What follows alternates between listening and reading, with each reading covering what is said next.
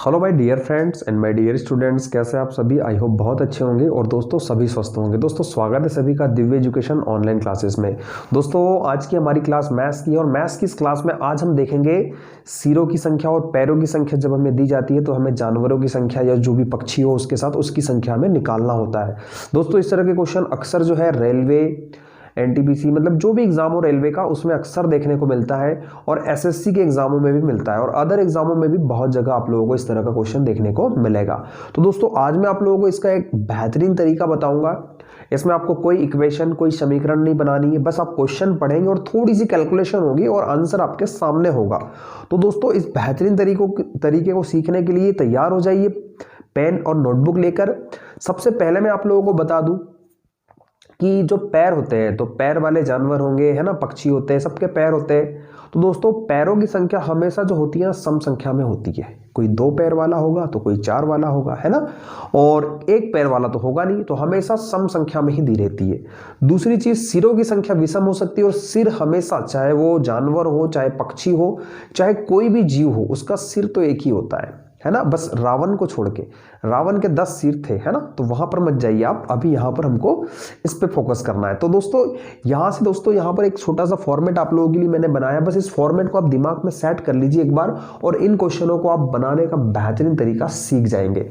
दोस्तों यहां पर देखिए 4 पैरों के जानवरों की संख्या इस फॉर्मेट से जब निकलेगा, सबसे पहले तो 4 पैरों के जानवरों की संख्या निकलेगी। इसमें कुछ नहीं करना है आपको, पैरों की जो संख्या है उसको 2 से डिवाइड करेंगे हम और उसमें से सिरों की संख्या को माइनस कर देंगे। तो हमारे पास जो 4 पैर वाला जानवर होगा, जो भी क्वेश्चन में होगा, है ना, चाहे चूहा हो, बिल्ली हो, कुत्ता हो, 4 पैर वाले होते हैं, इनकी संख्या हमारे पास आ जाएगी। ठीक है दोस्तों, पैरों की संख्या को 2 से डिवाइड करेंगे या पैरों की संख्या को आधा करेंगे और उसमें से सिरों की संख्या को घटा देंगे हम। अब दोस्तों ये फॉर्मेट आप लोगों के समझ में आ गया है, पर ये पूरी तरह से कब समझ में आएगा, जब क्वेश्चन बनेंगे, है ना। तो आइए क्वेश्चन लेता हूं मैं और वीडियो को शुरू से लेकर एंड तक जरूर देखिए दोस्तों, बीच में अगर छोड़ेंगे तो मजा नहीं आएगा। और वीडियो अच्छा लगे ना तो दिल से वीडियो को लाइक करना बिल्कुल भी ना भूलिएगा। तो आइए दोस्तों, क्वेश्चन अब स्क्रीन पर आप लोग देख पा रहे हैं, तो क्वेश्चन मेरे साथ आप लोग भी रीड करेंगे और अगर नोट करना चाहो तो वीडियो को पॉज कर लीजिए या स्क्रीनशॉट ले लीजिए, आराम से नोट कर सकते हो, या इस तरह के क्वेश्चन आप लोगों को और भी ढेर सारी बुकों में मिल जाएंगे। तो दोस्तों यहां पर देखिए क्वेश्चन पहला है, एक चिड़ियाघर में चूहे एवं कबूतर है। दोस्तों बात हो रही है चूहे और कबूतर की। चूहे के 4 पैर होते हैं, कबूतर के 2 होते हैं, लेकिन सिर तो दोनों का एक ही होगा, है ना।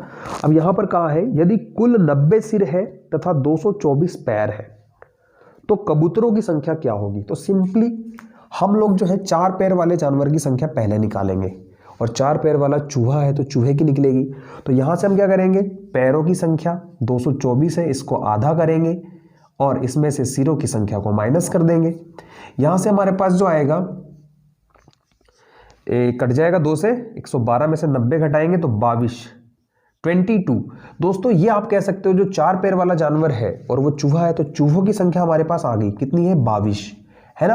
अब हमें पता है, अब हमें निकालना है कबूतरों की संख्या। ये तो चूहे हो गए, अब कबूतर निकालना है हमें। तो दोस्तों कबूतरों की संख्या क्या हो जाएगी, तो हमारे पास टोटल 90 है सिर, सिरों की संख्या कितनी है, 90 है।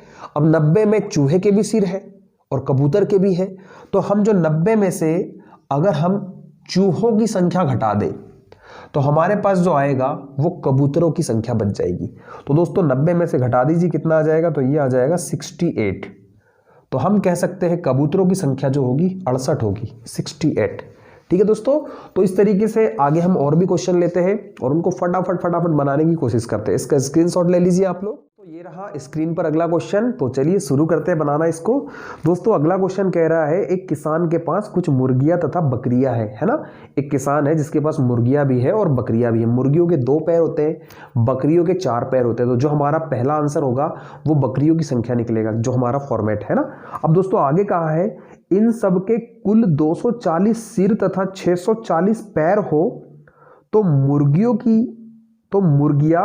कितनी है। दोस्तों सिंपली है, सबसे पहले तो हम बकरियों की संख्या निकाल लेंगे। 640 पैर है, इसको आधा कीजिए और सिरों की संख्या कितनी है, 240 सिरों की संख्या, इसमें से माइनस कर दीजिए। यहां से हमारे पास बकरियों की संख्या आएगी, क्योंकि बकरी के ही तो 4 पैर होते हैं। तो दोस्तों 2 से कट जाएगा ये आसानी से, 2 3 6, 2 2 4, 230, 320 में से 240 घटा दीजिए, 0 से 0 जाएगा तो 2 0 हो जाएगा, 12 में से 4 जाएगा 8 बचेगा, और यहाँ पर जो जाएगा तो कट जाएगा मतलब 80। तो बकरियों की संख्या 80 हो गई। अब दोस्तों हम जानते हैं सिरों की संख्या 240 थी, जिसमें बकरी के भी सिर थे। तो 240 में से ये जो 80 है इसको हम माइनस कर देंगे, तो हमारे पास जो संख्या आएगी मुर्गियों की संख्या आ जाएगी। तो 0 से 0 जाएगा, है ना, 14 में से 8 जाएगा, तो 14 में से 8 जाएगा, 6 बचेगा, और यहाँ पर दोस्तों 2 में से 1 जाएगा, 160। तो दोस्तों हम कह सकते हैं हमारे पास या मुर्गियों की संख्या किसान के पास कितनी होगी, तो मुर्गियों की संख्या हो जाएगी 160 हमारा आंसर हो जाएगा। तो बहुत ही आसानी से, मुझे समझाने में टाइम लग रहा है, लेकिन अब आप लोग जो है ना अगला क्वेश्चन खुद बना लेंगे। खुद मैं अगला क्वेश्चन दे रहा हूँ आप लोग, है ना, मेरे क्वेश्चन पढ़ने के पहले ही आप लोग आंसर दे देंगे, और कमेंट करके जरूर आंसर बताएं आप अगर आपका आंसर आ जाता है तो चलिए दोस्तों इसका भी स्क्रीनशॉट ले लीजिए। क्वेश्चन कह रहा है कुछ गडरिया अपनी भेड़ें चरा रहे हैं, यदि जमीन पर कुल 230 पैर तथा उनके सिरों की कुल संख्या 60 हो तो भेड़ों की संख्या कितनी होगी। दोस्तों अब हम जानते हैं यहाँ पर सिरों की संख्या 230 बताई गई है, पैरों की संख्या 230 बताई गई है, और उनकी सिरों की कुल संख्या 60 हो तो भेड़ों की संख्या बताना है। तो दोस्तों भेड़ों की संख्या हमें निकालना है, तो यहाँ से हम क्या करेंगे, भेड़ के 4 पैर होते हैं, तो हमारे पास डायरेक्टली पहले तो भेड़ों की संख्या आ जाएगी। तो हमारा क्या फंडा होता है, हमारा फंडा होता है 230, ये पैरों की संख्या है, इसको आधा करेंगे और इसमें से हम 60 घटा देंगे सिरों की संख्या को, तो हमारे पास 4 पैर वाले जानवर की संख्या आ जाएगी, मतलब हमारे पास भेड़ों की संख्या आ जाएगी। 2 से काट दीजिए, 2 एकम 2, 2 एकम 2 और 2 पंचे के 10 हो जाएगा। अब दोस्तों यहाँ से हम देखें तो 115 में से अगर 60 जाएगा, 115 में से जाएगा 60 तो बच जाएगा 40, 10 50 55। और दोस्तों हमसे यही तो पूछा गया है कि भेड़ों की संख्या क्या होगी, और दूसरा जानवर कौन सा ये नहीं बताया, मैं क्वेश्चन में भी नहीं बताया। तो भेड़ों की संख्या हमारे पास आ चुकी है, 55 होगी भेड़ों की संख्या, है ना। तो ये हमारा आंसर हो जाएगा। तो दोस्तों कोई इक्वेशन या कोई आपको एक्स वाई या कुछ भी मानने की जरूरत नहीं, बहुत ही आसानी से आप लोग इस तरीके से क्वेश्चन को बना सकते हो। क्वेश्चन आप लोग स्क्रीन पर देख पा रहे हैं। तो दोस्तों यहाँ पर क्वेश्चन आप लोगों को थोड़ा सा घुमा भी सकता है, ऐसा नहीं कि सीधे सीधे हर बार ऐसे ही क्वेश्चन आए, लेकिन ज़्यादातर अभी तक ऐसे ही क्वेश्चन पूछे गए। तो एक क्वेश्चन थोड़ा सा घुमा के पूछा गया था, वो हम देख लेते हैं। दोस्तों क्वेश्चन कह रहा है भेड़ तथा गडरियों के एक समूह में 16 पैर है, भेड़ और गडरिया, है ना, इनके समूह में 16 पैर है, मतलब भेड़ के 4 होंगे और जो गडरिया होगा उसके 2 पैर होंगे, है ना। अब दोस्तों यहां से आपको कह रहा है जो सिरों की संख्या से 10 अधिक है, जो सिरों की संख्या से 10 अधिक है, मतलब सिरों की संख्या कितनी होगी, 16 पैर है जो सिरों की संख्या से 10 अधिक है, इसका मतलब सिर कितने होंगे, 6 सिर होंगे। देख लीजिए 16 पैर है और ये जो पैरों की संख्या ये क्या है, बोले सिरों की संख्या से 10 अधिक है, मतलब सिरों की संख्या कितनी रही होगी, 6 रही होगी, और 6 में 10 बढ़ाएंगे तो 16 हुआ होगा। इसका मतलब सिरों की संख्या क्या होगी, सिर कितने हैं, 6 सिरों की बात हो रही है।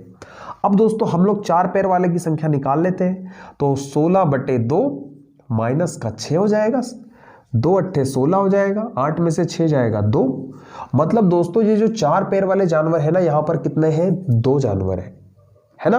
और यहां से अगर हम 6 में से 2 को माइनस कर देते हैं तो जो दूसरे प्रकार का जानवर है, जो गडरिया है हमारे पास, वो कितने होंगे, 4 होंगे, और जो भेड़ है वो 2 होंगे। तो दोस्तों यहां से हमारा आंसर जो है, आंसर हम कर सकते हैं, ऑप्शन में 2 दिया है हमें। अच्छा भेड़ों की संख्या पूछिए तो हमारा यही अब आंसर आ गया, भेड़ों की संख्या 2 हो जाएगी, और ये हो जाएगी गडरियों की संख्या। अब जवाब मुझे होमवर्क में देंगे, तो ये 2 क्वेश्चन मैं आप लोगों को दे रहा हूं होमवर्क के लिए, इसका जवाब मुझे कमेंट बॉक्स में जरूर लिखें। और वीडियो अगर अच्छा लगा हो दोस्तों तो वीडियो को दिल से लाइक करना बिल्कुल भी ना भूलेगा, और जो हमारे चैनल पर नए हैं, पहली बार इस वीडियो को देख रहे हैं, तो चैनल को सब्सक्राइब कर लीजिएगा। वीडियो देखने के लिए आप सभी का